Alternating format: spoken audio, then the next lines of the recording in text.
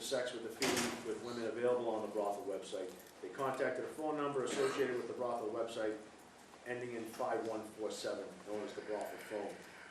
All communications about appointments like time, duration, location, price, type of sexual service, stage name of women engaging in sexual service, and other logistics generally occurred via text message exchange with the brothel phone and the interested sex buyer. Federal search warrant was executed on the brothel phone. Pursuant to that search warrant, sex buyers were identified from the analysis of the brothel phone. Phone number ending in 8176 was identified. Law enforcement database for that phone, for this phone number revealed that the subscriber of the phone during that time period was Mr. Zhu, date of birth 1971. A subpoena sent to the subscriber for information for this phone number revealed that this Zhu was the subscriber and user of the phone. He was listed as having a son named Boya Zhu, date of birth 1990, year of birth 97, living at this address. In his 2016 passport application, Boya Zhu listed his year of birth is 1997, and this phone number, that is the number that was used to contact the brothel phone. I reviewed the communications between Boya Zhu and the brothel phone. Those conversations involve agreements to pay for commercial sex, as well as scheduling of the Commercial Sex Act. One such example of this conversation occurred on October 7th, 2023, and is summarized below. Zhu's phone contacts the brothel, asks availabilities at 5. Brothel phone replies Amy at 5, Sarah at 5:15, Ji Woo at 6:15. Boya's phone replies back, Amy, 1 hour please. The brothel phone asks Sarah or Ji Woo or Amy. There's no discount for BB. If you get caught making direct deals with girls, we won't accept any more appointments. If you go into the GFE and upgrade to BB, please pay first. Brothel phone tells them to pick one of the above. Zhu's phone replies, the brothel phone confirms GFE 1 hour, 350. Zhu's phone replies back, yes. Brothel phone confirms 5 p.m. Amy, GFE, $350, 90 Foster Street, Cambridge, Mass. Say thanks. Zhu replies back later on in the lobby. They say okay, please wait. Brothel phone directs him to room 435. They say enjoy. Thank you for waiting. Zhu's phone says thank you. Based on the above, coupled with my training and experience and familiarity with his investigation, I believe that Boya Zhu agreed with another, that is the user of the brothel phone, to engage in commercial sex with an unidentified female with the stage name of Amy for 60 minutes with a price of $350. Based upon the above, I'm aware that the text messages that Zhu indicated that he was present at the brothel at approximately 4:52 p.m. Eastern Standard Time. I pulled surveillance footage from this date in approximate time from the publicly accessible 4th floor of the 90 Foster Street apartment building. I observed a male enter unit 435 at approximately 4:56 p.m. and exit 435 at approximately 5:49, consistent with the amount of time that Zhu paid for commercial sex. I reviewed a photograph on file at the Mass R&B for Boya Zhu. God bless you. And compared it to the surveillance footage that I reviewed, described above. The appearance of the person in the Boya Zhu R&B photograph is consistent with that of the person in the surveillance footage at that location. Based on my training and experience, I'm aware that some of the abbreviations used in the text message exchange between Boya Zhu and the brothel phone are commonly used in the commercial sex trade. For example, GFE refers to girlfriend experience, provides a more intimate experience, and blurs the boundaries between a financial transaction and a romantic relationship, typically including any and all sex acts, including up to vaginal and oral intercourse. I'm aware that the term donation is often used to refer to a person paying a fee to engage in commercial sex. Based on the above text messages and surveillance video, I believe there's probable cause to believe that Boya Zhu did pay, agree to pay, or offer to pay another individual to engage in commercial sex. Boya Zhu made such agreements under multiple dates between January 1st of 23 and October 7th of that year. including but not limited to October 7th, 2023. These agreements were with at least one of the operators of the brothel phone and were agreements to engage in commercial sex with women advertised on the brothel website. The end of the report. Based on the evidence presented today, I find there is sufficient evidence to establish probable cause to issue a criminal complaint. Mr. Zoe will receive a summons to appear in Cambridge District Court in a few weeks. And if he fails to appear, the court will issue a warrant for his arrest. Thank you. This hearing is ended.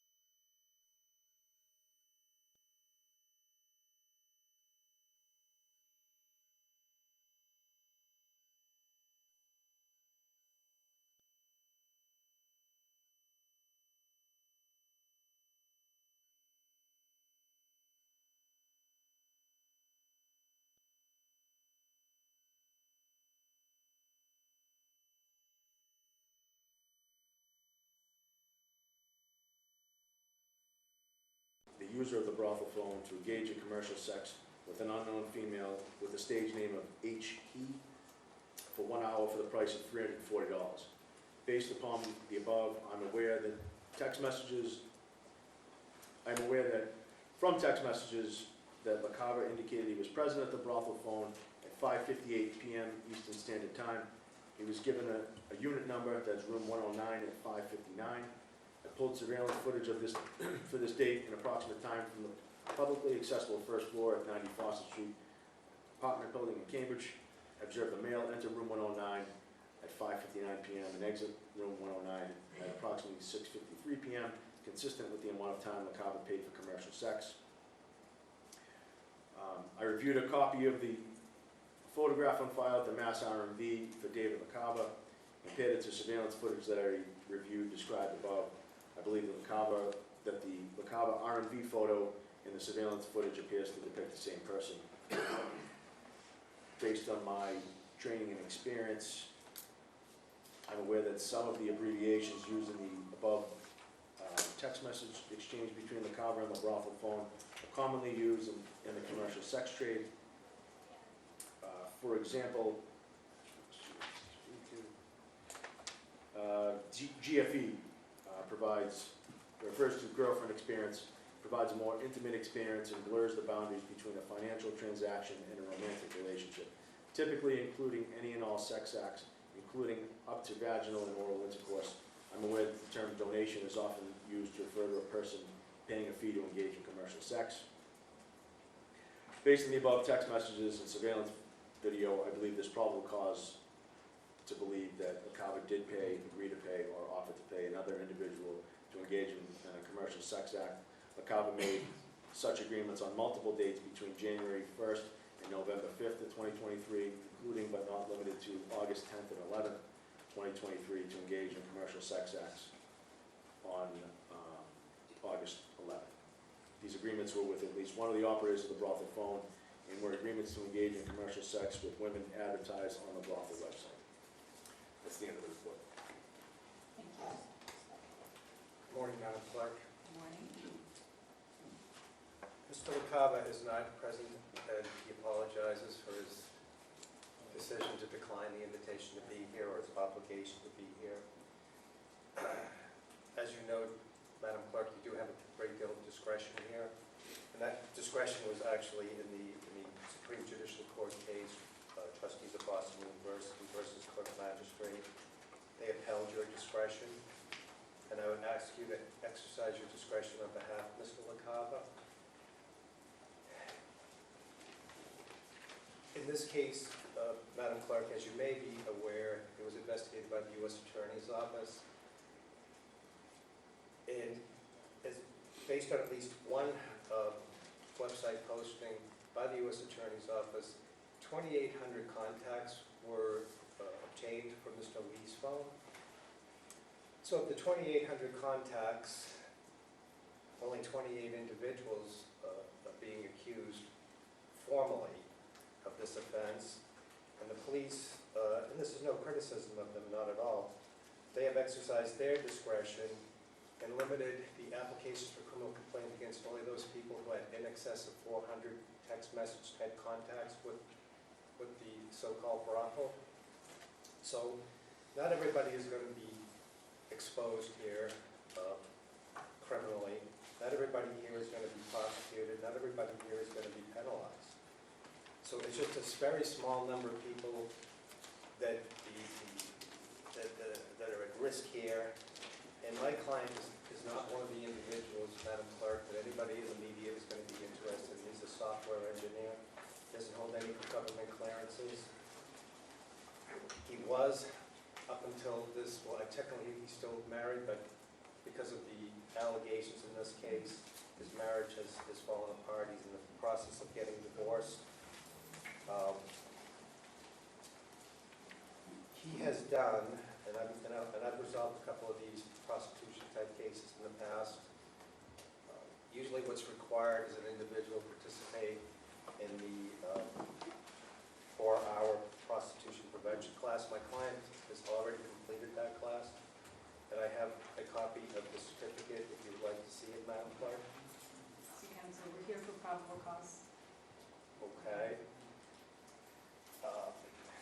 also a letter from his therapist. He's been in therapy bi-weekly since January 2024.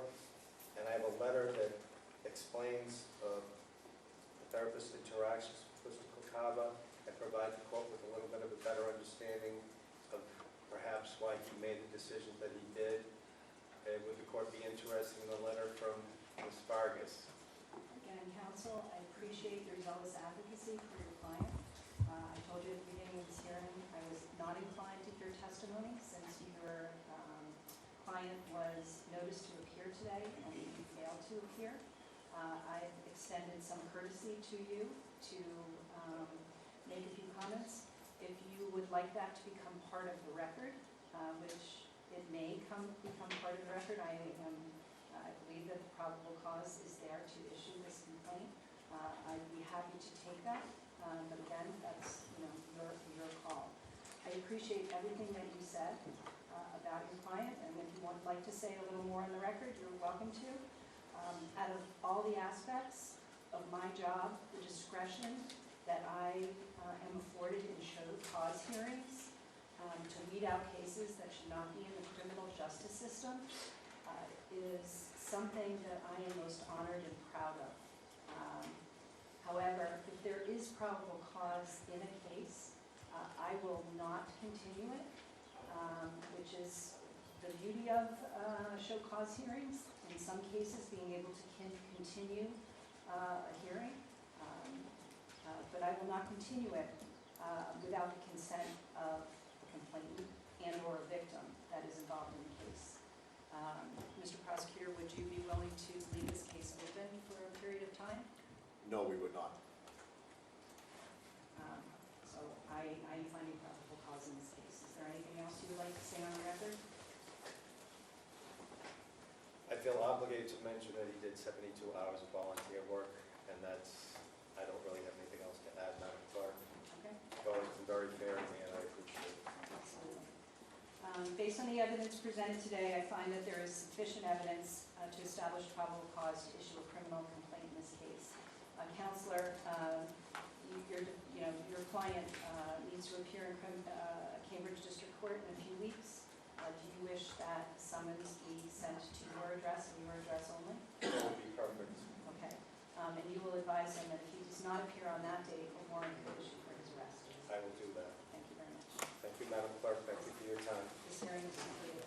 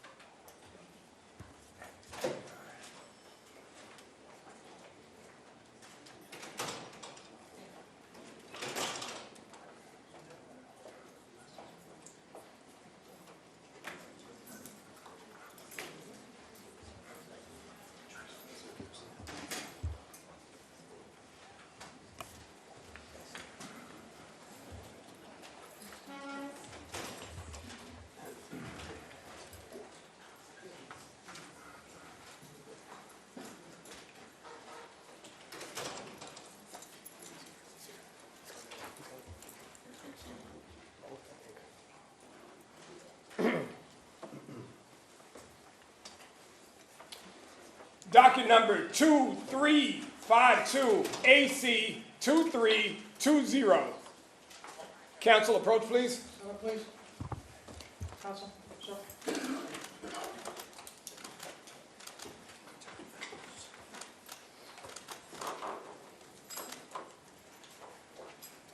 Good morning. My name is Sharon Casey. I'm the Court Magistrate of the Cambridge District Court. The application for criminal complaint, docket number 2352 AC 2320, is brought by the Cambridge Police Department, a complaint against you, Mr. Mark Zhu. Counsel, can you confirm for me that the accused address is still in Lincoln, Massachusetts? Yes, ma'am. Thank you. The purpose of this hearing is to determine whether or not there is probable cause to issue a criminal complaint formally charging you with the criminal offense of 1 count of sex for a fee, alleged to have occurred on August 16th of 2023 in the city of Cambridge. This hearing is not a trial to determine guilt or innocence. That will come later if a complaint issues today. The burden of proof is on the Cambridge Police Department to show me that there is a probable cause that a criminal offense was committed and that you committed it. Probable cause is a very low legal standard. Probable cause exists where the facts and circumstances presented are enough to warrant a prudent person to believe that the individual committed the offense. Since the burden of proof rests with the complainant, Cambridge Police Department, you are under no obligation to present any evidence or say anything during this hearing.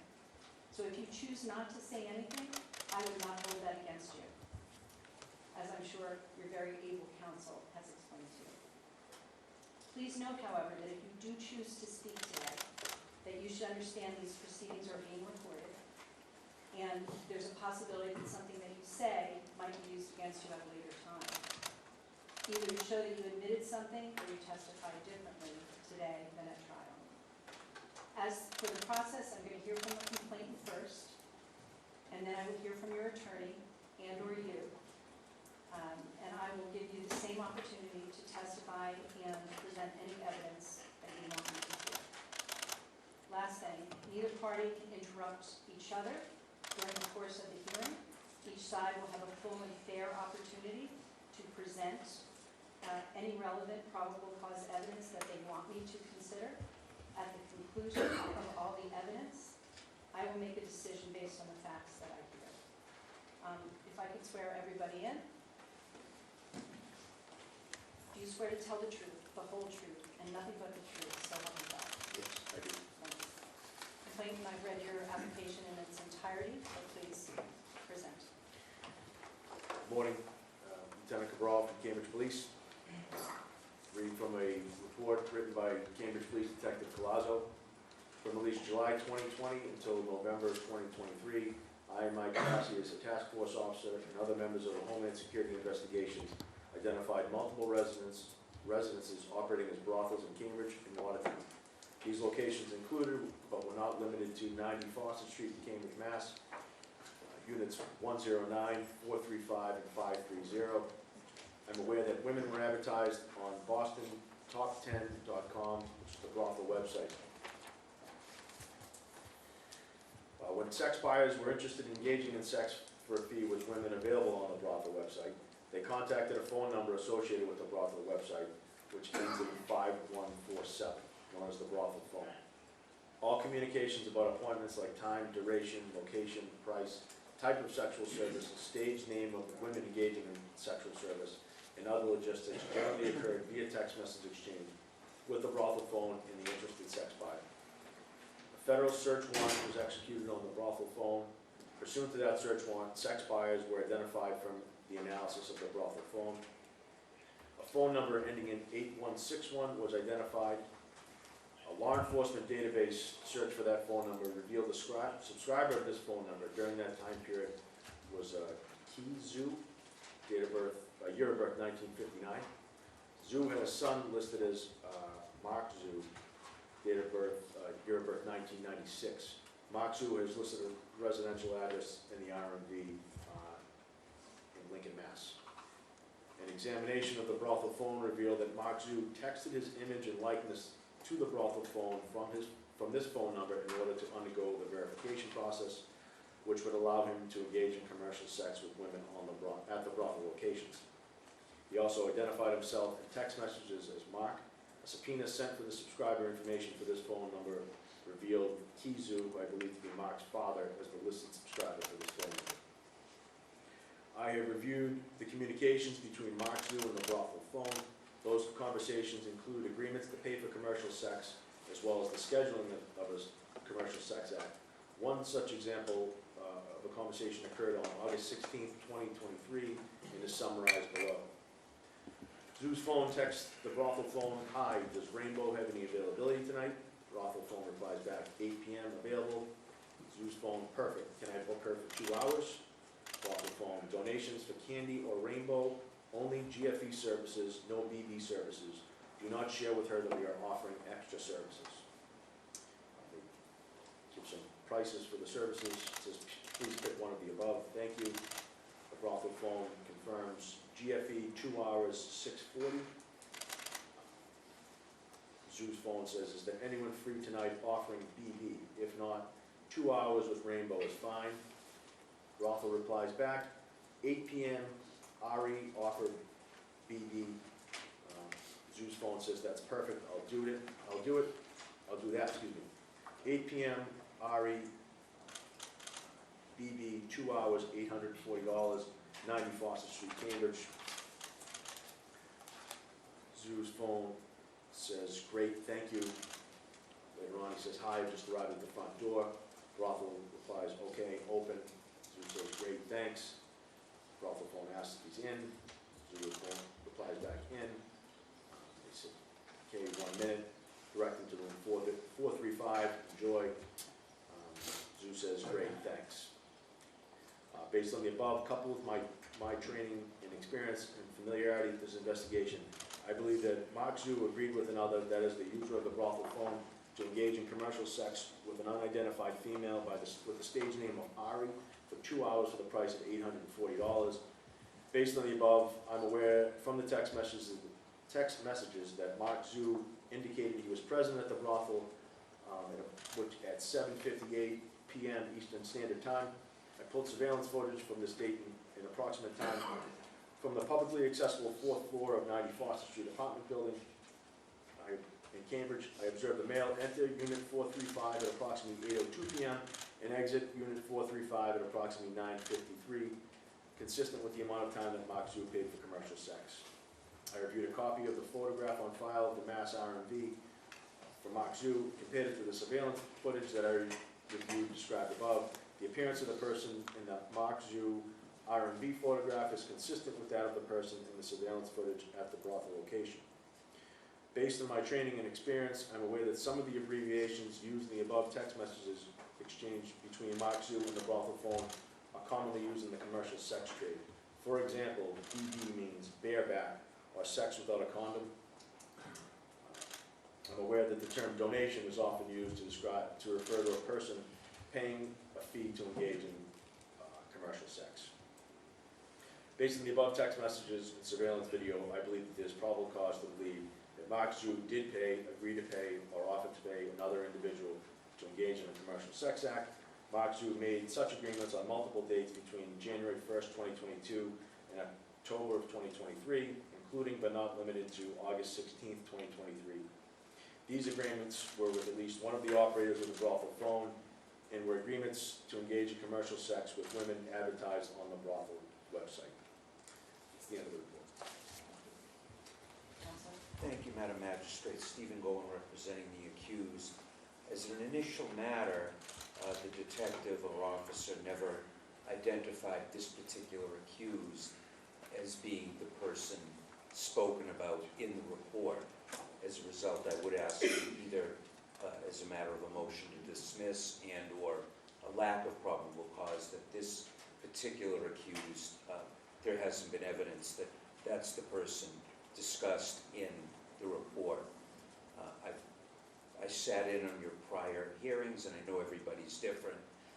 If you did find probable cause, I would ask you to hold this one in particular open. My client has 0.0 criminal record of any sort. He's 28 years old. He did proactively, on his own, no indicia or edict by the court, took a 8-hour prostitution course. What Cambridge and other cities are doing is needed and important, and I think any particular lessons of getting in front of this, taking this seriously, hiring an attorney at his own expense, I believe, it still is a misdemeanor charge, and for somebody with no background who has taken those affirmative steps, I think it is warranted to keep this open for a year, and if he stays out of trouble and/or does anything else that Madam Magistrate feels would be necessary and appropriate, would be a fair resolution of this matter. Thank you. Would you like to put that on the record? Please. All right, can you show to the other side? Counselor, I'm denying your motion. I appreciate everything that you said. Is there anything else that you would like to tell me? Not at this time. You sat in on the last, you heard the discretion I'm afforded in these hearings. I am most honored and proud of having. But unless I have consent from the complainant and or victim in a case to continue a hearing, I cannot do that. Okay? I find probable cause for this complaint to issue, that there is sufficient evidence to establish probable cause. Your client will receive a summons to appear in a few weeks in Cambridge District Court in Bedford. Would you like the summons to go only to your office, or? Would you be willing to ask the detective in this particular case? Oh, I'm sorry. That's a, I'm sorry. Would you be willing to keep this open? No, we would not. thank you. You could send it directly to me. Please understand that if you do not appear in court when you are summoned, a warrant could issue for your arrest. Thank you very much. Thank you, Madam Clerk. This hearing is ended.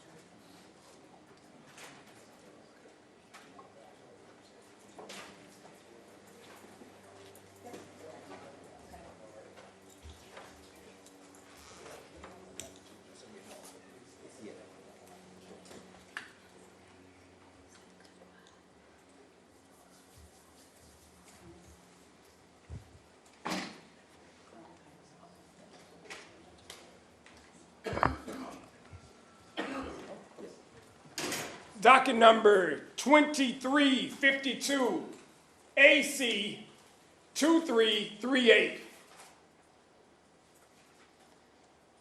Docket number 2352, AC 2338. Madam Clerk, no answer. Thank you. This application for criminal complaint, docket number 2352, AC 2338.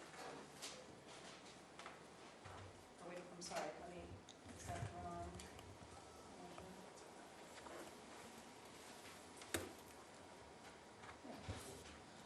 2338.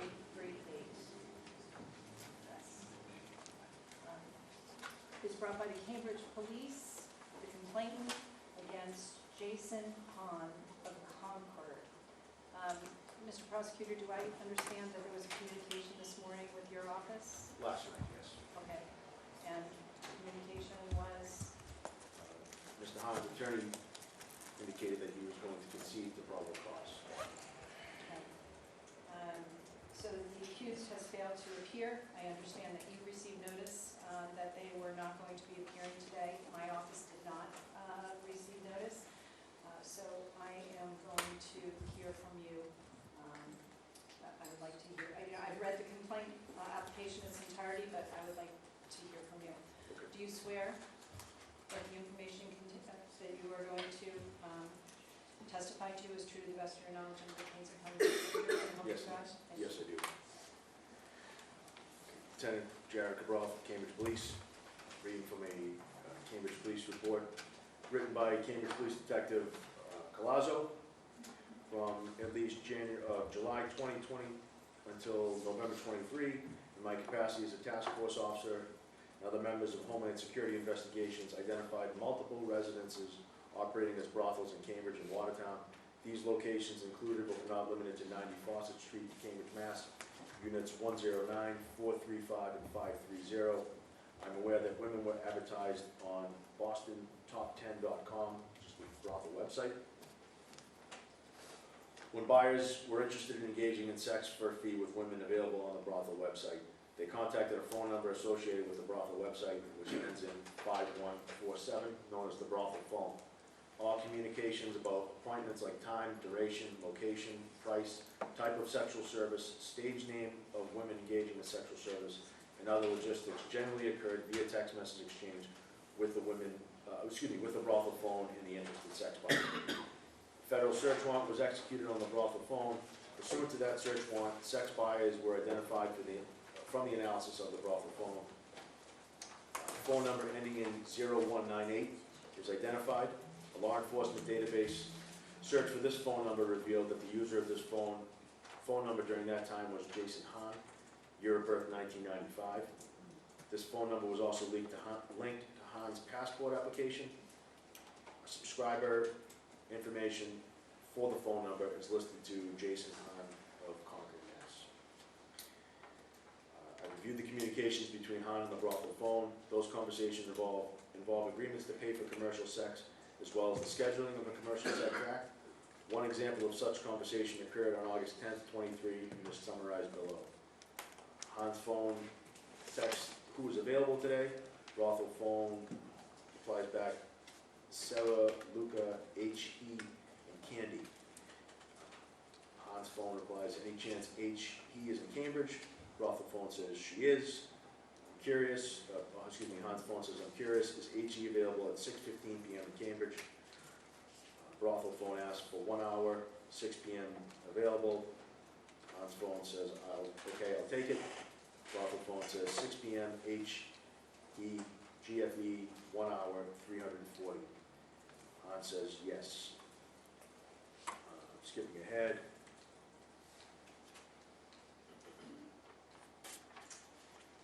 Brothel phone confirms the address of 90 Fawcett Street, Cambridge, Mass. Hahn says yes, I'll be there. He said thanks. The brothel phone says let me know at the side door. Hahn says okay. They ask how long. Hahn replies back, I'm here at the side door. Inside. Brothel phone says okay, room 109, enjoy. Hahn replied back, thanks. Based on the above, coupled with my training experience and familiarity with this investigation, I believe that Han agreed with another, that is, the user of the brothel phone, to engage in a commercial sex act with an unidentified female with the stage name of H.E. for 1 hour for the price of $340. Based on the above, I'm aware from the text message that Han indicated he was present at the brothel at approximately 5:31 p.m. Eastern Standard Time. I pulled surveillance footage for this date in approximate time from the publicly accessible first floor of the 90 Foster Street apartment building in Cambridge. I observed the male enter unit 109 at approximately 5:31 p.m. and exit room 109 at approximately 6:29 p.m., consistent with the amount of time that Han paid for commercial sex. I reviewed a copy of a photograph on file at the Mass RMV for Jason Han, compared it with the surveillance footage I reviewed described above.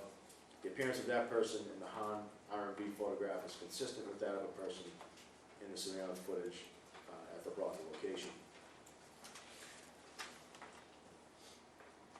Based on my training and experience, I'm aware that from some of the abbreviations used in the text message above between Han and the brothel phone are commonly used in the commercial sex trade. For example, GFE refers to girlfriend experience and provides a more intimate experience and blurs the boundaries between a financial transaction and a romantic relationship, typically including any and all sex acts, including up to vaginal and oral intercourse. I'm aware that the term donation is often used to refer to a person paying a fee to engage in commercial sex. Based on the above text messages and surveillance video, I believe there is probable cause to believe that Han did pay, agree to pay, or offer to pay another individual to engage in a commercial sex act. Han made such agreements on multiple dates between January 1st, 2022 and November 5th, 2023, including but not limited to August 10th, 2023. These agreements were with at least one of the operatives of the brothel phone and were agreements to engage in commercial sex with women advertised on the brothel website. That's the end of the report. Based on the evidence presented today, I find there is sufficient evidence to establish probable cause to issue a criminal complaint. The accused will receive a summons to appear in Cambridge District Court in a few weeks for arraignment, and if he fails to appear, a warrant will issue for his arrest. That's the end of this hearing. Thank you.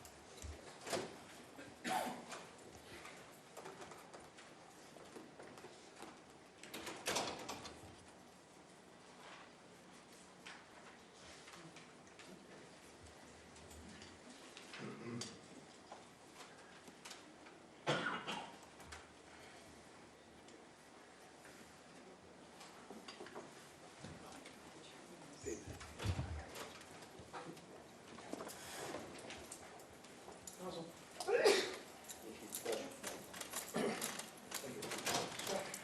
Docket number 2352, AC 2338. Counsel, you already forward? Thank you. Madam Clerk, he has appeared. Morning. My name is Sharon Casey. I'm the clerk magistrate of the Cambridge District Court, and I will be conducting this hearing. My apologies, there was some miscommunication with the prosecutor's office last night. I didn't see the communication, so I'm not sure what happened. Counsel, for the record. I'm Attorney John Bedford.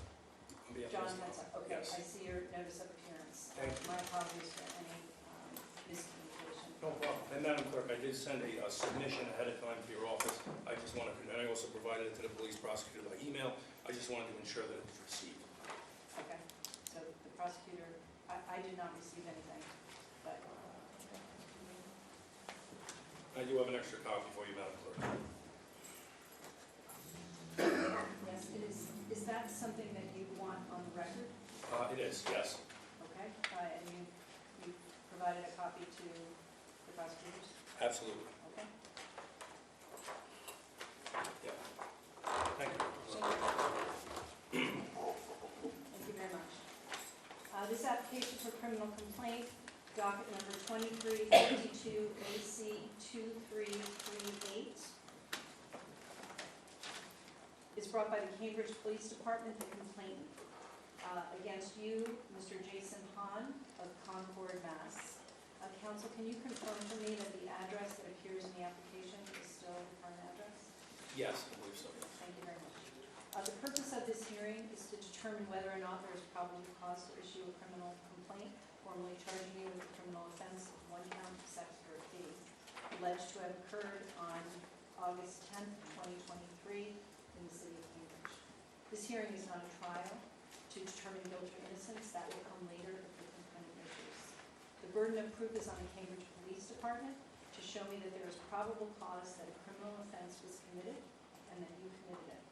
Probable cause is a very low legal standard. Probable cause exists where the facts and circumstances presented are enough to warrant a prudent person to believe that the individual committed the offense. Since the burden of proof rests with the complainant, you are under no obligation to present any evidence or say anything during this hearing. So if you choose not to, I will not hold that against you, as I'm sure your very able counsel has already explained to you. Please note, however, that if you do choose to speak today, you should understand that these proceedings are being recorded, and anything that you say may be used against you at a later time. Either you show that you admitted something, or that you testified differently today than at trial. As for the process, I'm going to hear from the complainant first, then I will hear from your attorney, or you if you choose to speak, and I will give you the same opportunity to testify.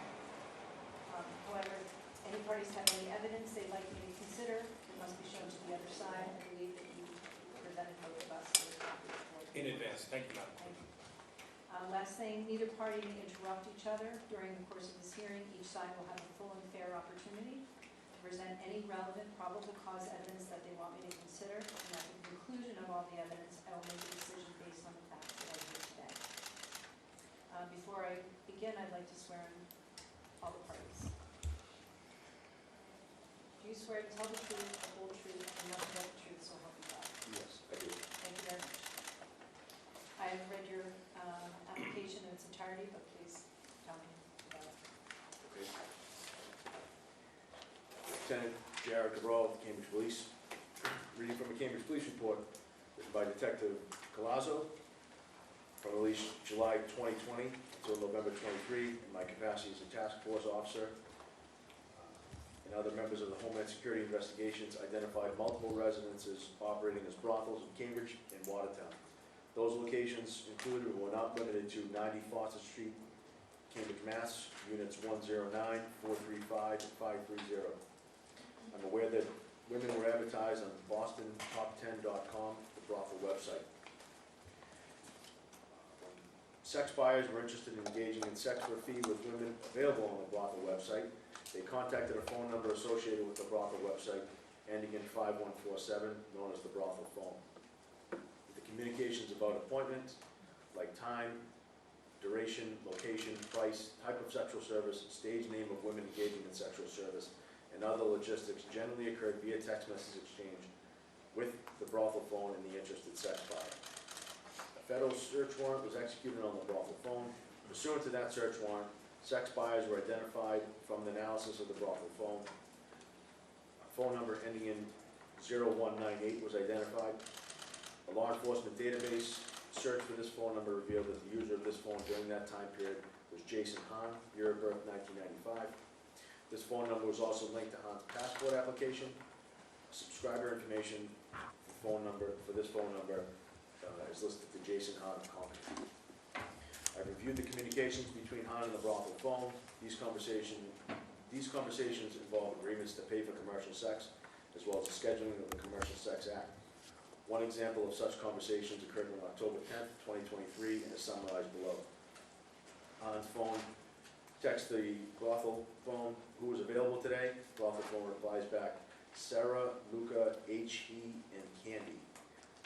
Hahn asks, is there any chance H.E. is in Cambridge? Brothel phone says she's in Cambridge. Hahn asks, I'm curious, is H.E. available at 6:15 in Cambridge? Brothel phone says, for 1 hour, 6 p.m. available. Hahn replies, okay, I'll take it. Brothel phone says, 6 p.m., H.E., GFE, 1 hour, 3:40. Hahn says, yes. Continues on, confirm. Okay, so 5:30 p.m., 1 hour, GFE, 3:40, okay? 5:30 p.m., HE, GFE, 1 hour, 3:40, 90 Foster Street, Cambridge. Hahn says, yes, I will be there. Brothel phone says, thanks, let me know at the side door. Hahn says, okay. They ask how long. Hahn says, I'm here at the front side door. Inside, brothel phone says, room 109, enjoy. Hahn says, thank you. Thanks.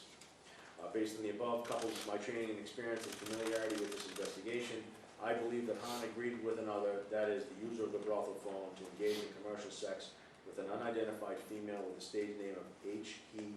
for 1 hour for the price of $340. Based on the above, I'm aware from the text messages that Hahn indicated that he was present at the brothel at approximately 5:31 p.m. Eastern Standard Time. I pulled surveillance footage from this date and approximate time for the publicly accessible first floor of 90 Foster Street apartment building in Cambridge. I observed the male enter unit 109 at approximately 5:31 p.m.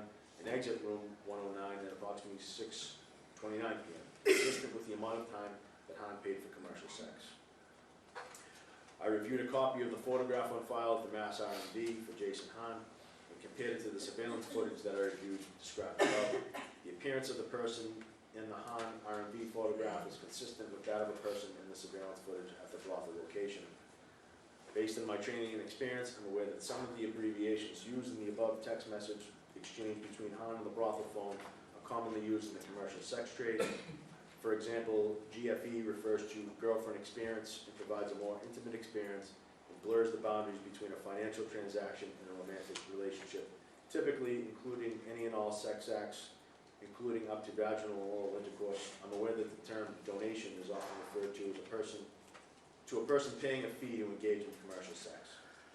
Based on the above text messages and surveillance video, I believe there's probable cause to believe that Hahn did agree to pay, or offer to pay another individual to engage in a commercial sex act. Hahn made such agreements on multiple dates between January 1st, 2022 and November 5th, 23, including but not limited to August 10th, 23. These agreements were with at least one of the operatives of the brothel phone and were agreements to engage in commercial sex with women advertised on the brothel website. That's the end of the report. Thank you, Madam Clerk. So, Mr. Hahn is not going to be testifying at this time, so I would just like to present some oral argument on his behalf.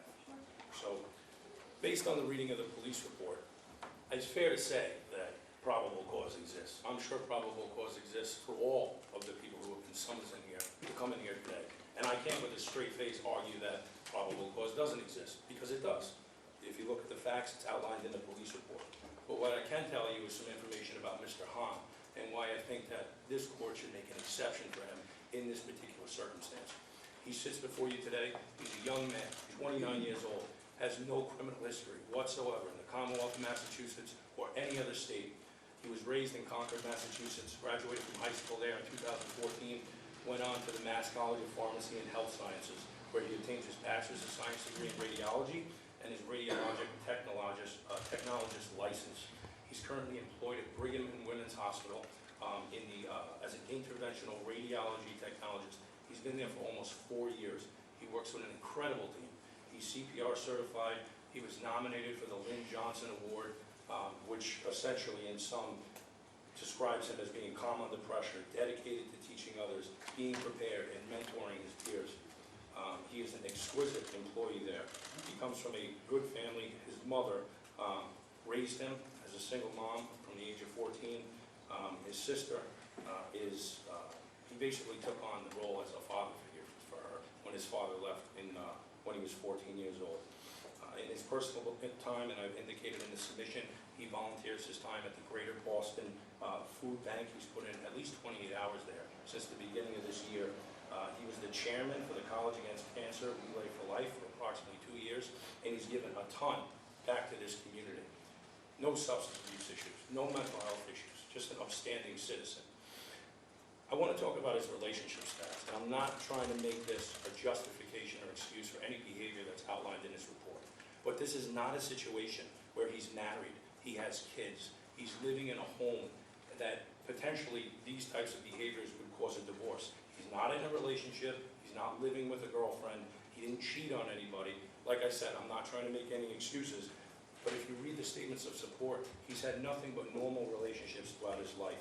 And unfortunately, he allegedly got wrapped up in this situation during these, I guess it was a period of 2022 and 2023 on several different occasions. But back to his job, his team performs emergent procedures on dying patients that come in to the hospital. He's saved hundreds of people's lives, and comes in for overnight shifts. It's unbelievable what he does. I mean, patients come in, they're bleeding out from their arteries, and they're having active acute strokes from clots in their brain, and he steps up with this incredible team. And he's one of the youngest on the team, too. A lot of people are a lot older than him, and he gives a lot back to this community. Say this criminal complaint issue. Obviously, there's media involved here. The impact that this could have on his job is detrimental. He could lose his job, he could lose his radiology license. We're going to lose an incredible member of the community in Boston. With the incredible hospitals that we have, he's certainly an attribute. My argument, in sum, is that maintaining this elite position and future contributions to saving lives outweighs this complaint issuing. In this particular circumstance, with this particular defendant, we deserve, the Commonwealth of Massachusetts deserves to keep this young healthcare hero employed. He was a frontline worker during COVID-19. We all remember what happened then. It was a scary time. It was unknown times. He was working 7 days a week doing chest x-rays on people that were in very serious conditions. He got COVID-19 3 times himself, but he stepped up every single day, not only for the Commonwealth of Massachusetts, but for this country. And I think that says a lot about who he is, where he's come from, and where he's going to go.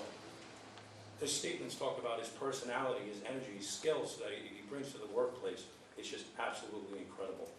He's influential and creates a positive work environment.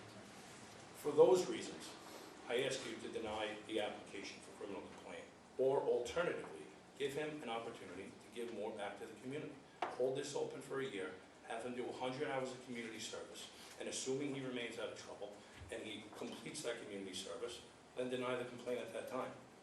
It's something that he got caught up with. This hearing's been pending for 18 months. During that period of time, I understand that, but during that period of time, he's had no interaction whatsoever with law enforcement. And he's had time to reflect on this entire situation. And he tells me that it's made him appreciate more things in life. Certainly an eye-opening experience. Certainly the alleged behavior is morally wrong. And it's deteriorating to the city of Boston and to the city of Cambridge. And he is committed to never engaging in this type of behavior ever he's extremely remorseful and embarrassed, and asks you to make an exception in this case. And lastly, I truly believe, after getting to know Mr. Hahn and learning about him, and as I've outlined for the police department and you, Madam Clerk, that he's the type of person that is going to learn from this mistake, he's going to become better from this mistake, he's going to move forward in his life, and he's going to do incredible things for the city of Boston. And I ask you to make an exception and not issue the complaint against him, and let him do those things. Thank you. Is there anything else that you would like to say at this point? Thank you, counsel, for your very articulate and zealous advocacy for your client. I appreciate everything that you said. Show cause hearings are one of my greatest tools in my toolbox as a clerk. I love them. The discretion I'm afforded in these show cause hearings to help people avoid the criminal justice system are something that I'm honored and most proud of. However, if there is probable cause, which you have conceded that there is probable cause in the